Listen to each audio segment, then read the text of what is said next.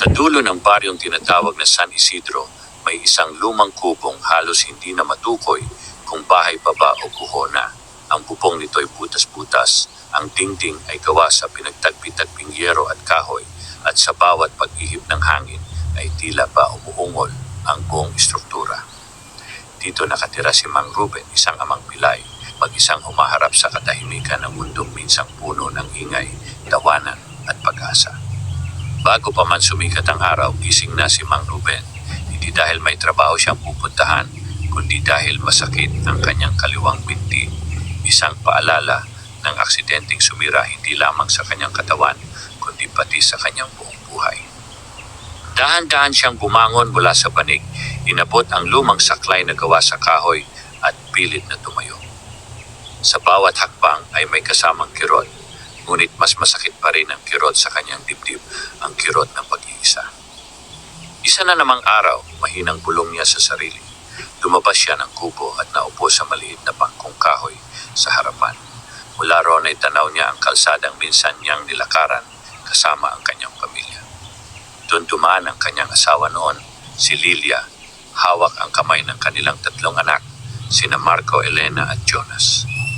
Noon kahit mahirap ang buhay, may saya, may dahilan para lumaban. Ngunit lahat ng iyon ay parang panaginip na lamang ngayon. Si Mang Ruben ay dating isang masipag na karpintero. Kilala siya sa baryo bilang taong may mabuting puso at matibay na prinsipyo. Kahit kapos sa pera, hindi siya kailanman nang lamang ng kapwa. Ang kanyang mga kamay ang bumuo ng maraming bahay sa San Isidro, mga bahay na ngayon mas matitibay pa kaysa sa kanyang sariling tahanan. Isang araw habang pauwi galing sa trabaho, nasangkot siya sa isang aksidente. Isang lasing na driver ang bumangga sa kanya habang siya ay naglalakad sa gilid ng kalsada. Nabuhay siya, ngunit ang kapalit ay ang kanyang binti. Mula noon, hindi na siya nakabalik sa dati niyang hanap buhay. Sa simula, andoon pa si Lilia. Inalagaan siya nito, tinulungan sa pagbangon at sinubukang maghanap ng paraan para mabuhay sila. Ngunit habang lumilipas ang mga buwan, unti-unting nauubos ang pasensya, pag-asa at pagmamahal. Hanggang kailan tayo ganito, Ruben? Madalas itanong ni Lilia noon, luhaan ngunit puno ng pagod. Wala siyang maisagot dahil siya mismo hindi rin alam.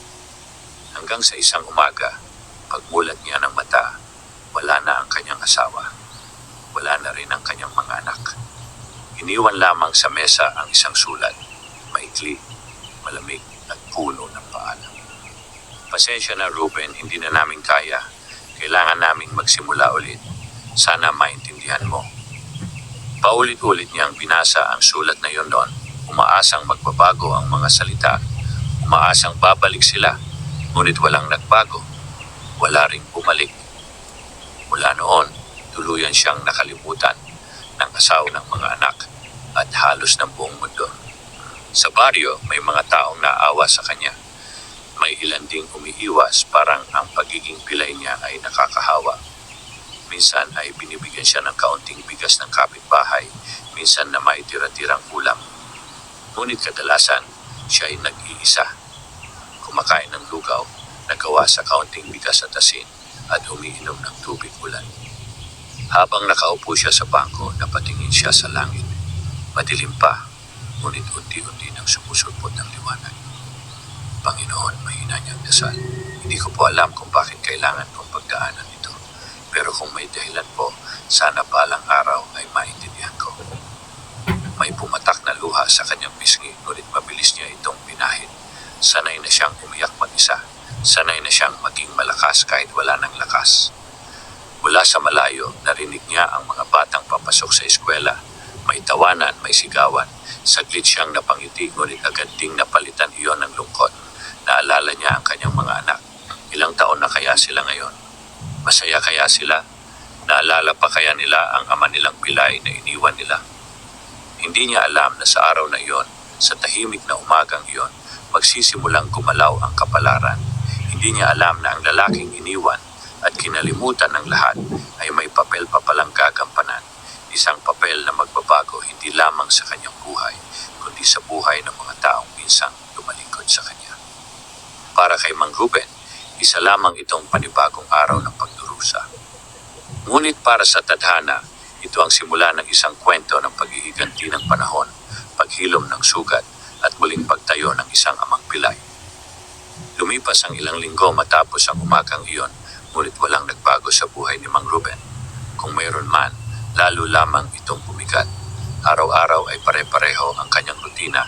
Gigising ng maaga, iuunat ang masakit na binti, hahanap ng kahit anong maaaring pagkakakitaan, at uuwi sa kubong puno ng katahimikan. Noon, kahit pilay, sinubukan pa rin niyang maghanap ng trabaho. Minsan ay pumupunta siya sa palengke upang mag-alok ng tulong, magbuhat ng kaunting paninda, mag-ayos ng sirang mesa o maglinis ng tindahan.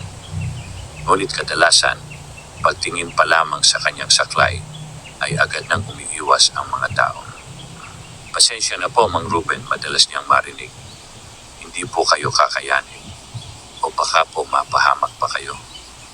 Humingiti na lamang siya kahit masakit. Hindi dahil ayaw niyang magtrabaho, kundi dahil wala nang gustong magtiwala sa isang pilay. Isang tanghali, habang nakaupo siya sa gilid ng palengke, napansin niyang pinagtatawanan siya ng ilang kabataang lalaki. Hindi nila alam na naririnig niya ang bawat salitang binibitawan nila. Tingnan mo yan, kawawa, sabi ng isa. Dati raw may pamilya yan, sagot ng isa pa. Kaya siguro iniwan pabigat na. Parang kutsilyong bumaon sa dibdib ni Mang Ruben ang mga salitang iyon. Gusto niyang tumayo, gusto niyang sumigaw, gusto niyang ipagtanggol ang sarili. Ngunit wala siyang lakas. Hindi sa katawan, kundi sa loob. Tahimik siyang tumalikod at dahan-dahang naglakad pa uwi. Pagdating sa kubo, naupo siya sa sahig at sandaling ipinikit ang mga mata. Doon, huling bumalik ang mga alaala. Ang unang hakbang ng bunso niyang si Jonas, ang tawa ni Elena kapag binubuhat niya noon, at ang yabang ni Marco tuwing sinasabing, ang tatay ko ang pinakamalakas. Patawad, mahina niyang bulong. Hindi ko kayo naprotektahan. Sa gabing iyon, umulan ng malakas. Tumutulo ang bubong ng kubo at bawat patak ng ulan ay tila kasabay ng pagtulo ng kanyang luha. Wala siyang masilungan kundi ang sarili niyang mga braso. Nanginginig siya sa lamig at gutom, ngunit mas nanginginig ang kanyang puso sa takot. Takot na baka bukas, wala na talaga siyang makain. Kinabukasan, nagpasya siyang pumunta sa munisipyo upang humingi ng tulong. Kahit labag sa kanyang loob, nilunok niya ang kanyang pride. Sa mahabang pila, nakaupo siya sa isang bangko, hinihintay ang kanyang turn. Nang sa wakas ay kinausap siya ng isang empleyado, malamig ang tinig nito. May kamag-anak po ba kayo? Tanong ng babae. Wala na po, sagot ni Mang Ruben. Asawa, mga anak, iniwan na po ako. Sandaling tumigil ang babae, tila may bahagyang awa, ngunit agad ding bumalik sa pagiging formal. Sa ngayon po, puno pa ang listahan ng mga tutulungan. Babalik na lang po kayo. Parang kumuho ang mundo ni Mang Ruben sa mga salitang iyon. Tumango na lamang siya at dahan-dahang lumabas ng munisipyo, bitbit ang bigat ng pagkatalo. Habang pauwi, napadaan siya sa lumang simbahan. Bigla siyang napahinto. Matagal na rin mula nang huli siyang pumasok doon. Pinilit niyang pumasok, umupo sa likod, at tahimik na nagdasal. Panginoon, umiyak niyang wika, kung ito po ang kaparusahan ko, tatanggapin ko. Pero kung may natitira pa pong dahilan para mabuhay ako, ipakita niyo po. Hindi niya alam kung may nakarinig, ngunit sa sandaling iyon may isang matandang lalaki ang lumapit sa kanya. Isang estrangherong may payapang mga mata. Ano ang pangalan mo, iho? Tanong nito. Ruben po, sagot niya nagugulat. Ngumiti ang matanda. May dahilan kung bakit ka nandito ngayon, Ruben. Huwag kang mawawala ng pag-asa. Bago pa siya makapagtanong, tumalikod na ang matanda at naglaho sa loob ng simbahan.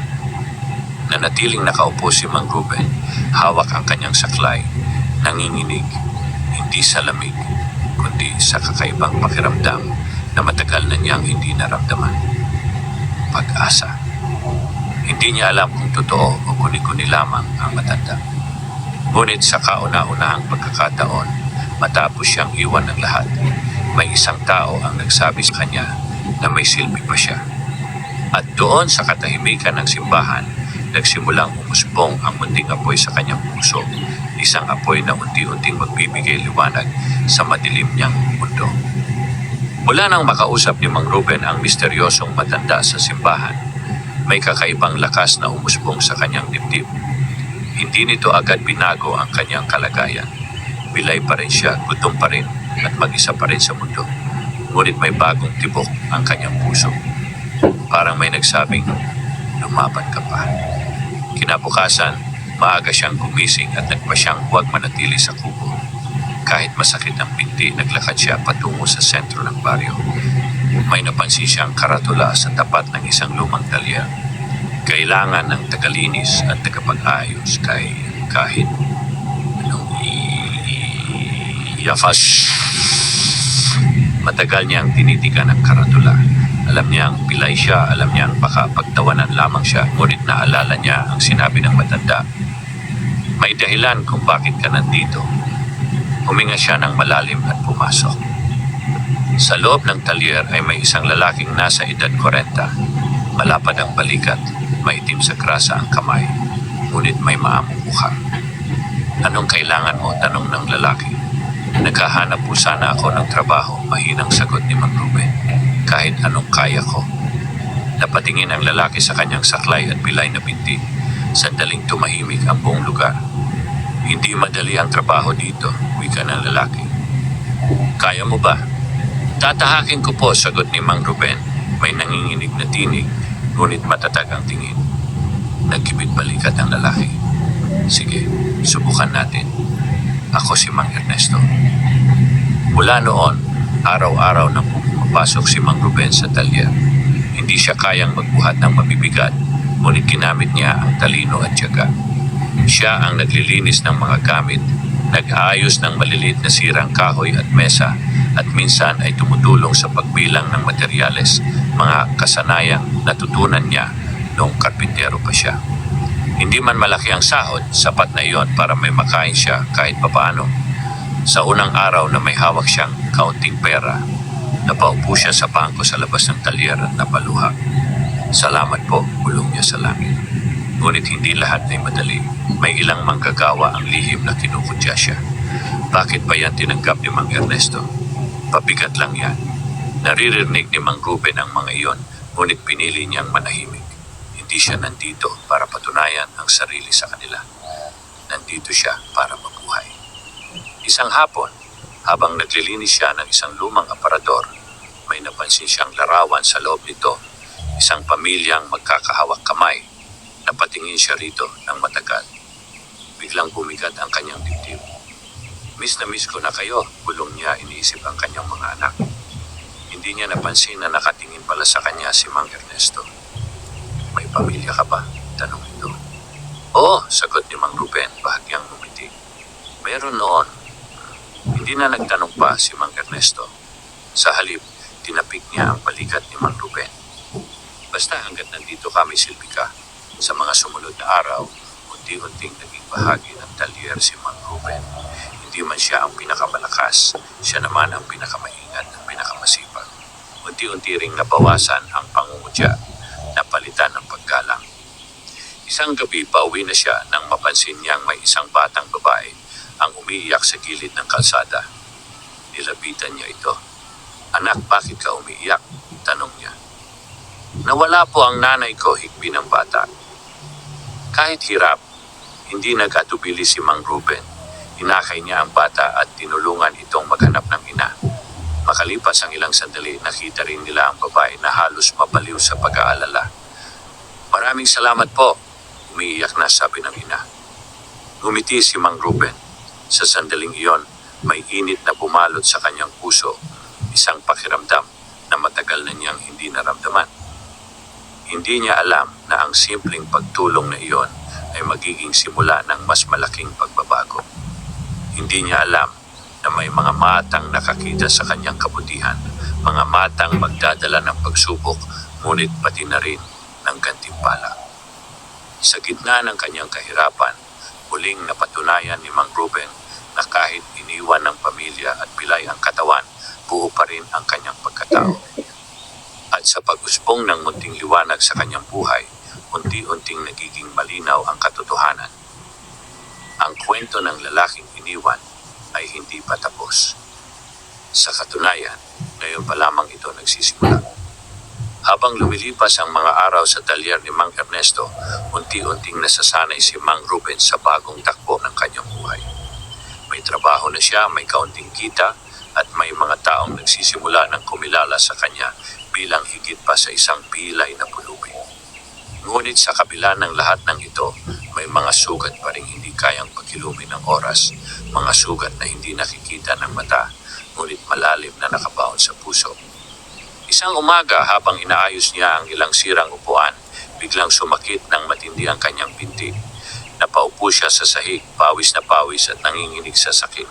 Nilapitan siya ni Mang Ernesto. "Ayos ka lang ba?" tanong nito, bakas ang pag-aalala. "Oo, konti lang po," pilit na sagot ni Mang Ruben, kahit halatang hirap na siya. Ngunit hindi siya pinilit ni Mang Ernesto. Sa halip, pinauwi siya nito ng mas maaga at binigyan pa ng kaunting pera. "Magpahinga ka muna," sabi nito. "Hindi lang katawan ang napapagod, Ruben, pati puso." Pag-uwi niya sa kubo, humiga siya at tinitigan ang kisame. Sa katahimikan ng lugar, muling bumalik ang mga alaala. Ang gabing umalis ang kanyang pamilya. Naalala niya ang huling yakap ng bunso niyang si Jonas, ang malamig na tingin ni Lilia at ang katahimikang iniwan nila. "Kung naging mas malakas lang sana ako," bulong niya sa sarili. Sa gitna ng kanyang pag-iisa, may kumatok sa kanyang pinto. Pagbukas niya, naroon ang batang babae na minsan niyang tinulungan, kasama ang kanyang ina. "Siya po yung tumulong sa amin, Nay," masayang sabi ng bata. May dala silang kaunting pagkain, kanin, isda, at sabaw. "Hindi po ito marami," wika ng ina, "pero gusto po naming magpasalamat." Hindi napigilan ni Mang Ruben ang kanyang luha. Matagal na mula nang may kumatok sa kanyang pintuan, hindi dahil sa awa, kundi dahil sa pasasalamat. "Mabuti pa po kayo," sabi ng babae. Kahit mahirap, tumutulong pa rin. Ngumiti si Mang Ruben. Ngunit sa loob niya ay may kirot. Sana ganito rin ang naalala ng mga anak ko. Naisip niya. Pag-alis ng mag-ina, muling bumalik ang katahimikan. Ngunit hindi na ito kasing bigat ng dati. May konting init na naiwan, isang patunay na may halaga pa rin ang kanyang kabutihan. Kinabukasan, habang pauwi galing talyer, napadaan siya sa isang paaralan. Bigla siyang napahinto nang marinig ang boses ng isang batang lalaki. Isang boses na pamilyar. Parang si Marco. Nanlaki ang kanyang mga mata. Lumapit siya ng kaunti, ngunit nang makita niya ang mukha ng bata, napaatras siya. Hindi ito ang kanyang anak. Kamukha lang, ngunit sapat na iyon upang muling buksan ang sugat na pilit niyang isinasara. Sa gabing iyon, umiyak si Mang Ruben ng tahimik. Hindi dahil sa sakit ng binti, kundi dahil sa pananabik, sa tanong na paulit-ulit na bumabagabag sa kanya. Naalala pa kaya nila ako? Hindi niya alam na sa kabilang panig ng bayan, may isang taong nagsisimulang magtanong tungkol sa kanya. Isang taong may dalang balita. Balitang magbubukas ng lumang sugat. Ngunit, magbibigay rin ng pagkakataong muling magilong. Ang kapalaran ay dahan-dahang kumikilos. At ang lalaking iniwan ng lahat ay unti-unting inilalapit sa katotohanang matagal nang ipinagkait sa kanya. Maagang-maaga pa lamang ay gising na si Mang Ruben. Hindi dahil sa sakit ng kanyang binti, kundi dahil sa kakaibang kaba sa kanyang dibdib. Parang may paparating na hindi niya maipaliwanag. Habang nagkakape siya sa labas ng kubo, may dumaan na tricycle at huminto sa tapat ng kanyang bahay. "Mang Ruben," tawag ng isang lalaki. Lumapit ang lalaki at nagpakilalang si Tomas, isang matagal ng kakilala mula sa karating baryo. Matagal na silang hindi nagkikita, ngunit agad niyang napansin ang lungkot sa mga mata ni Mang Ruben. "May sasabihin sana ako," wika ni Tomas, tila nag-aalinlangan. "Hindi ko alam kung tama bang sabihin, pero Naisip kong may karapatan kang malaman. Kinabahan si Mang Ruben. Ano yon? Mahinang tanong niya. Huminga ng malalim si Tomas. Nakita ko si Lilia. Parang binuhusan ng malamig na tubig ang buong katawan ni Mang Ruben. Hindi siya agad nakapagsalita. Nasa bayan na raw sila, dugtong ni Tomas. May bago na siyang kinakasama. Yung mga anak mo, malalaki na. Tumahimik si Mang Ruben. Sa loob ng maraming taon, pilit niyang ikinulong ang mga pangalang iyon sa pinakamadilim na bahagi ng kanyang alaala. At ngayon, bigla silang bumalik. Walang babala. Masaya raw sila, dagdag pa ni Tomas, halos pabulong. Hindi alam ni Mang Ruben kung masasakit ba ang marinig iyon o mas makabubuti, pinilit niyang umiti. Mabuti naman, sagot niya. Iyon naman ang mahalaga. Ngunit pag-alis ni Tomas, bumagsak si Mang Ruben sa bangko. Nanginginig ang kanyang mga kamay at muling umagos ang mga luha na matagal niyang pinigil. Masaya sila, kahit wala ako. Sa talyer, napansin agad ni Mang Ernesto ang kanyang kalagayan. May problema ba? Tanong ito. Hindi na napigilan ni Mang Ruben ang sarili. Sa unang pagkakataon, ikinuwento niya ang buong katotohanan. Ang aksidente, ang pag-iwan ng asawa at mga anak, at ang mga taon ng pag-iisa. Tahimik na nakinig si Mang Ernesto. Nang matapos si Mang Ruben, mahina nitong sinabi, hindi ka nila iniwan dahil mahina ka. Iniwan ka nila dahil hindi nila kinayang manatili. Parang may bahagyang gumaan sa dibdib ni Mang Ruben, hindi dahil nawala ang sakit, kundi dahil may nakaunawa sa kanya. Ngunit sa gabing iyon, habang pauwi siya, may nakita siyang pamilyar na figura sa kabilang kalsada. Isang babaeng kahawig ni Lilia. Napahinto siya, ngunit bago pa siya makalapit, sumakay na ito sa isang sasakyan at umalis. Nanlumo siya, totoo na nga malapit na sila. Masyadong malapit. Sa kanyang kubo, muling bumalik ang mga tanong. Dapat ba akong magpakita? May karapatan pa ba akong magpakilalang ama? Sa gitna ng kanyang pagkalito, napansin niya ang lumang kahon sa ilalim ng kanyang higaan. Binuksan niya ito at nakita ang ilang lumang laruan, mga guhit ng bata, at isang punit-punit na card na may nakasulat. Para sa pinakamabait na tatay, napahagulgol siya. Hindi niya alam na ang muling paglitaw ng kanyang pamilya ay simula ng pinakamabigat na pagsubok sa kanyang buhay. Isang pagsubok na hahamon sa kanyang dignidad, pagkatao at kakayahang magpatawad. Ngunit kasabay ng sakit ay may paparating na pagkakataon. Isang pagkakataong patunayan na kahit pilay ang katawan at iniwan ng lahat, hindi kailanman nawala ang kanyang pagiging ama. Lumipas ang ilang araw matapos marinig ni Mang Ruben ang balita tungkol sa kanyang pamilya. Ngunit hindi iyon mawala sa kanyang isipan. Sa bawat tunog ng sasakyan, sa bawat babaeng nakakasalubong niya sa kalsada, palagi siyang napapalingon. Umaasa at natatakot, dalawang damdaming sabay na bumumbalot sa kanyang puso. Isang hapon, inutusan siya ni Mang Ernesto na maghatid ng ilang inayos na upuan sa isang maliit na kainan sa bayan. Hindi sana siya pupunta kung hindi lang ito malapit, ngunit naglakas loob siya. Baka panahon na, naisip niya, na harapin ang multong matagal niyang tinatakbuhan. Pagdating niya sa kainan, abala ang mga tao. Amoy ng lutong ulam ang paligid, may tawanan, may ingay ng kubyertos. Habang dahan-dahan siyang naglalakad papasok, bigla siyang napatigil. Sa isang mesa, may pamilyang magkakasamang kumakain. Isang babaeng matagal na niyang kilala, si Lilia. Mas maayos ang ayos, mas malusog ang itsura. Katabi nito ang isang lalaking may suot na mamahaling relo, at sa tapat nila, ang kanyang mga anak. Si Marco, pinatilyo na, si Elena, dalaga na, at si Jonas, ang bunso, hindi na bata. Parang huminto ang mundo ni Mang Ruben.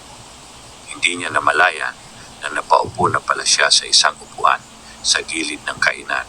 Nanginginig ang buong katawan. Napansin siya ni Elena. Nanlaki ang mga mata ng dalaga. Tatay. Mahina nitong sampit. Napalingon ang lahat. Tumayo si Lilia, bakas ang gulat at pagkailang. Ilang segundo silang nagkatitigan. Mga matang puno ng tanong, sakit, at mga salitang hindi nabigkas sa loob ng maraming taon. Ruben, wika ni Lilia halos pabulong. Gusto niyang tumayo, gusto niyang yakapin ang mga anak, ngunit nanatili siyang nakaupo. Ramdam niya ang bigat ng kanyang saklay, ang hiya ng kanyang itsura, at ang takot na baka itaboy siya. Tatay, ikaw po ba talaga yan? Tanong ni Jonas, nanginginig ang tinig. Tumango si Mang Ruben. O anak, tahimik ang buong kainan. Ramdam ang tensyon. Ang lalaking katabi ni Lilia ay tumayo. Ako ang asawa ni Lilia, malamig itong sabi. Ano ang kailangan mo? Parang tinamaan ng kidlat si Mang Ruben, asawa. Wala na pala talaga siyang lugar. Wala, mahinang sagot niya. Napadaan lang. Tumayo siya, pilit na naglalakad palabas. Ngunit bago pa siya tuluyang makaalis, narinig niya ang tinig ni Marco. Tay, bakit hindi ka naghahanap sa amin? Napahinto si Mang Ruben. Dahan-dahan siyang humarap. Dahil ayaw kong maging pabigat, sagot niya, luhaan. At dahil akala ko, ayaw niyo na sa akin. Walang nakapagsalita. Si Elena ay umiiyak na. Si Jonas ay nakayuko. Si Lilia ay nakapikit. Tila nilalamon ng konsensya. Umalis si Mang Ruben nang walang lingon. Sa labas ng kainan, tuluyan siyang napaupo sa bangketa at humagulgol, hindi dahil sa hiya, kundi dahil sa katotohanang malinaw na ngayon. Mahal pa rin niya ang mga anak. Ngunit ang mundo nila ay hindi nakasama siya. Hindi niya alam na ang pagtatagpong iyon ay simula pa lamang. May mga salitang hindi pa nasasabi. May mga lihim na hindi pa nabubunyag. At may isang desisyong magbabago sa kanilang lahat. Magdamag na umulan ng gabing iyon. Ang bawat patak ng ulan sa bubong ng kubo ni Mang Ruben ay tila kasabay ng pagbagsak ng bigat sa kanyang dibdib. Hindi siya halos nakatulog. Sa tuwing ipipikit niya ang mga mata, bumabalik ang mga mukha ng kanyang mga anak. Ang gulat, ang luha, ang mga tanong na hindi niya nasagot. Bakit hindi ka naghanap sa amin? Paulit-ulit itong umaalingaw-ngaw sa kanyang isipan. Kinabukasan, hindi siya pumasok sa talyer. Umupo lamang siya sa harap ng kubo. Hawak ang saklay, nakatingin sa malayong kalsada. Hindi niya alam kung may karapatan pa ba siyang umasa, ngunit may bahagi ng puso niyang ayaw subuko.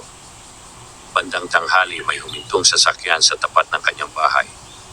Nanlaki ang kanyang mga mata nang bumaba si Elena. Tetay, mahinang tawag nito. Parang hindi makahinga si Mang Ruben. Pilit siyang tumayo, ngunit napaupo muli dahil sa sakit ng binti. Anong ginagawa mo rito, anak? Tanong niya, nanginginig ang tinig. Lumapit si Elena at naupo sa tabi niya. Hindi ito agad nagsalita. Tahimik muna itong umiyak. Akala ko po patay ka na. Higpin ito. Yun po ang sinabi sa amin. Parang gumuho ang mundo ni Mang Ruben. Ano? Bulong niya. Sino ang nagsabi? Hindi agad sumagot si Elena. Tumango lamang ito, tila nahihirapang magsalita. Si Mama po, sabi niya, hindi mo na raw kami hinanap kasi ayaw mo na sa amin. Sabi niya, mas mabuti raw nakalimutan ka na namin. Parang may kutsilyong dahan-dahang gumaon sa dibdib ni Mang Ruben. Hindi siya galit, mas nangingibabaw ang sakit. Araw-araw ko kayong inisip, wika niya, umiyak. Araw-araw akong nagdasal para sa inyo. Pero akala ko, masaya na kayo nang wala ako. Napahawak si Elena sa kanyang kamay unang beses matapos ang maraming taon. Hindi po kami masaya, mahina nitong sabi. May bahay, may pagkain, pero may kulang. Ikaw po. Tahimik silang dalawa. Walang kailangang sabihin pa. Makalipas ang ilang sandali, dumating din sina Marco at Jonas. May kaba sa kanilang mga mukha, ngunit may pananabik din. Wika ni Marco, matigas ang tinig ngunit nangingilid ang luha. Bakit mo hinayaang isipin naming iniwan mo kami? Huminga ng malalim si Mang Ruben. Dahil akala ko, iyon ang makabubuti sa inyo. Dahil pilay ako, wala akong may bibigay kundi kahirapan. Lumuhod si Jonas sa harap niya at niyakap ang kanyang binti. Kahit pilay ka, tatay ka pa rin namin. Sa sandaling iyon, tuluyan ang bumigay si Mang Ruben. Yumakap siya sa mga anak, mahigpit, umiiyak, nanginginig. Isang yakap na matagal nilang ipinagkait sa isa't isa. Ngunit bago pa tuluyang gumaan ang lahat, May isang aninong tumayo sa likod ng mga bata. Si Lilia. Tama na, wika nito, malamig ang tinig. Hindi kayo pwedeng manatili rito. Nanlumo si Mang Ruben. Tumayo si Marco. Ma, maling sabi nito, may karapatan kaming malaman ang totoo. Saglit na nagkatitigan sina Lilia at Mang Ruben. Sa mga mata ng babae may bakas ng pagsisisi, ngunit may takot din. Takot na baka bumalik ang nakaraan ng pilit niyang tinakasan. Hindi pa tapos ang usapang ito, sabi ni Lilia. Pero may mga bagay na mas komplikado kaysa sa iniisip ninyo. Umalis sila. Iniwan si Mang Ruben na may halong saya at pangamba sa puso. Sa unang pagkakataon, matapos ang maraming taon, muli niyang naramdaman ang pagiging ama. Ngunit kasabay nito, malinaw na may mas malaking katotohanang naghihintay. Isang katotohanang maglalagay sa pagsubok sa lahat ng sugat na unti-unti pa lamang naghihilom. At sa likod ng katahimikan ng kanyang kubo, alam ni Mang Ruben, ang laban ay hindi pa tapos. Tahimik ang umaga sa San Isidro, ngunit sa puso ni Mang Ruben ay may unos na patuloy na umiikot.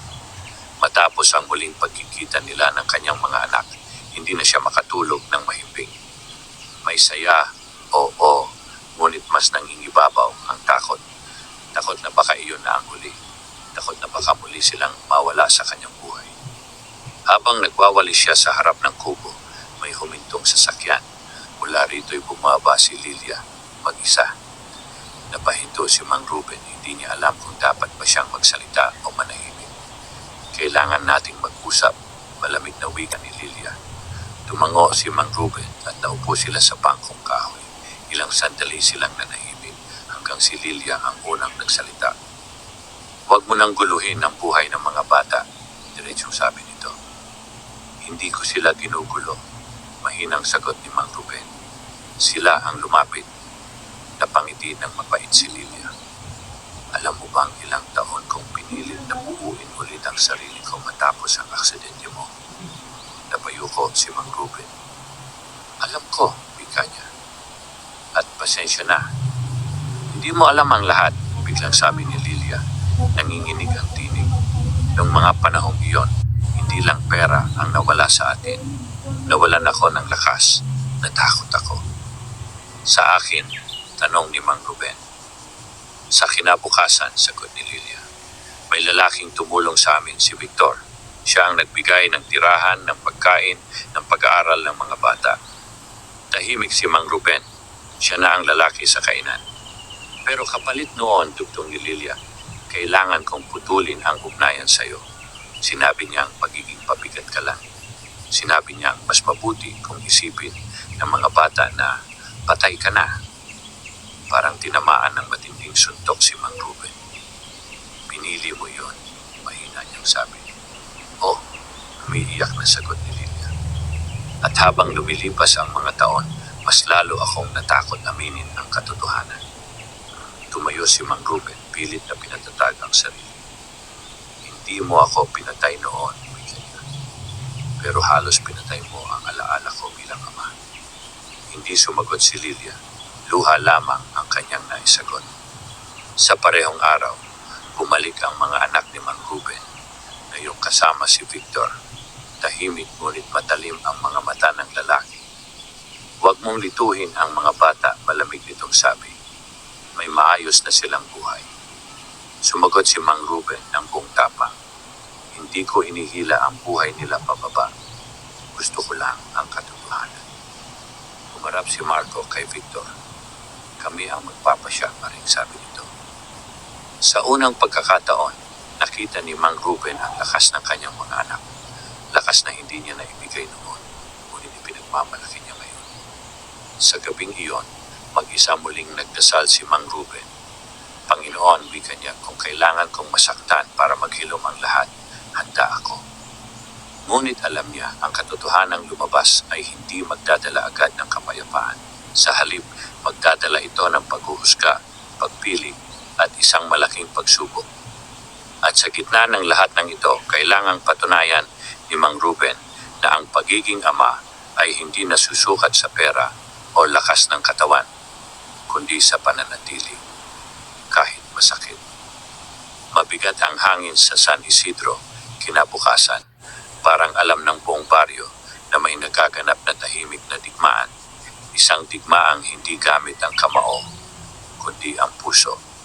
Sa maliit na sala ng inuupahang bahay ni Lilia, magkakasamang nakaupo sina Marco, Elena at Jonas. Tahimik si Lilia sa isang tabi, habang si Victor ay nakatayo sa may bintana, bakas ang pagkainip. Kailangan nyo nang magdesisyon, malamig na wika ni Victor. Hindi pwedeng ganito palagi. Napatingin si Marco sa kanyang ina. Ma, sabi niya, bakit mo kami pinaniwala ang patay si tatay? Napapikit si Lilia. Dahil natakot ako, sagot niya. Natakot akong bumalik sa buhay na walang kasiguruhan. Pero may karapatan kaming malaman ang totoo, maring sabi ni Elena. Buong buhay naming inisip na iniwan kami. Tahimik na umiyak si Jonas. Gusto ko lang po ng tatay, mahina niyang sabi. Napahiling si Victor. Hindi sapat ang damdamin. Kailangan niyo ng kinabukasan. Tumayo si Marco at humarap sa kanya. Ang kinabukasan ay walang saysay kung kasinungalingan ang pundasyon. Sa parehong oras, sa kubo ni Mang Ruben, tahimik siyang naghihintay. Hindi niya alam kung babalik pa ang mga anak. Handa na siyang tanggapin kahit anong desisyon, kahit masakit. Biglang may kumatok. Pagbukas niya ng pinto, naroon silang tatlo. Tay, wika ni Marco. Gusto naming marinig ang lahat mula sa iyo. Pinaupo sila ni Mang Ruben. Sa mabagal ngunit tapat na paraan, ikinuwento niya ang lahat. Ang aksidente, ang mga gabing gutom, ang mga dasal na palihim niyang inihalay para sa kanila. Hindi ako lumaban noon, wika niya, dahil inisip kong mas mabuti kayong mabuhay ng maayos kahit wala ako. Pero mali iyon, sagot ni Elena. Dapat lumaban ka para sa amin. Ngumiti si Mang Ruben ng may lungkot. Alam ko na ngayon. Lumapit si Jonas at niyakap siya. Hindi pa po huli tayo. Sa hapon ding iyon, nagpasya ang mga anak na harapin si Lilia at Victor. Hindi namin iiwan si tatay, maring sabi ni Marco. Hindi rin namin iiwan si Mama, dagdag ni Elena. Pero ayaw na naming magsinungaling, wika ni Jonas. Nanahimik si Victor. Sa unang pagkakataon, tila natalo siya, hindi ng galit, kundi ng katotohanan. Kayo ang pumili, sabi niya sa huli. Pero tandaan niyo, hindi madali ang tatahakin ninyo. Ngunit para sa mga anak ni Mang Ruben, malinaw na ang desisyon. Hindi na sila pipili ng ginhawa kapalit ng katotohanan. Sa gabing iyon, muling nagdasal si Mang Ruben, ngunit ngayon hindi na siya nag-iisa. At alam niyang ang susunod na kabanata ang magiging pinakamahalaga. Ang araw ng paghaharap, pagpapatawad, at ganap na pagtayo kahit pilay ang katawan. Maliwalas ang umaga sa San Isidro, tila sinadya ng langit na bigyan ng liwanag ang araw na iyon. Sa kauna-unahang pagkakataon matapos ang maraming taon, may ingay sa bakuran ni Mang Ruben. Hindi ito ingay ng lungkot kundi halakhakan, yabag ng paa, at mga boses na matagal niyang pinangarap muling marinig. Naroon ang kanyang mga anak. Hindi sila lumipat agad, ngunit araw-araw na silang dumadalaw. Si Marco ang tumutulong mag-ayos ng kubo. Si Elena ang nagluluto at naglilinis. Si Jonas ang palaging nakaupo sa tabi niya, hawak ang kanyang kamay na parang takot muling mawala.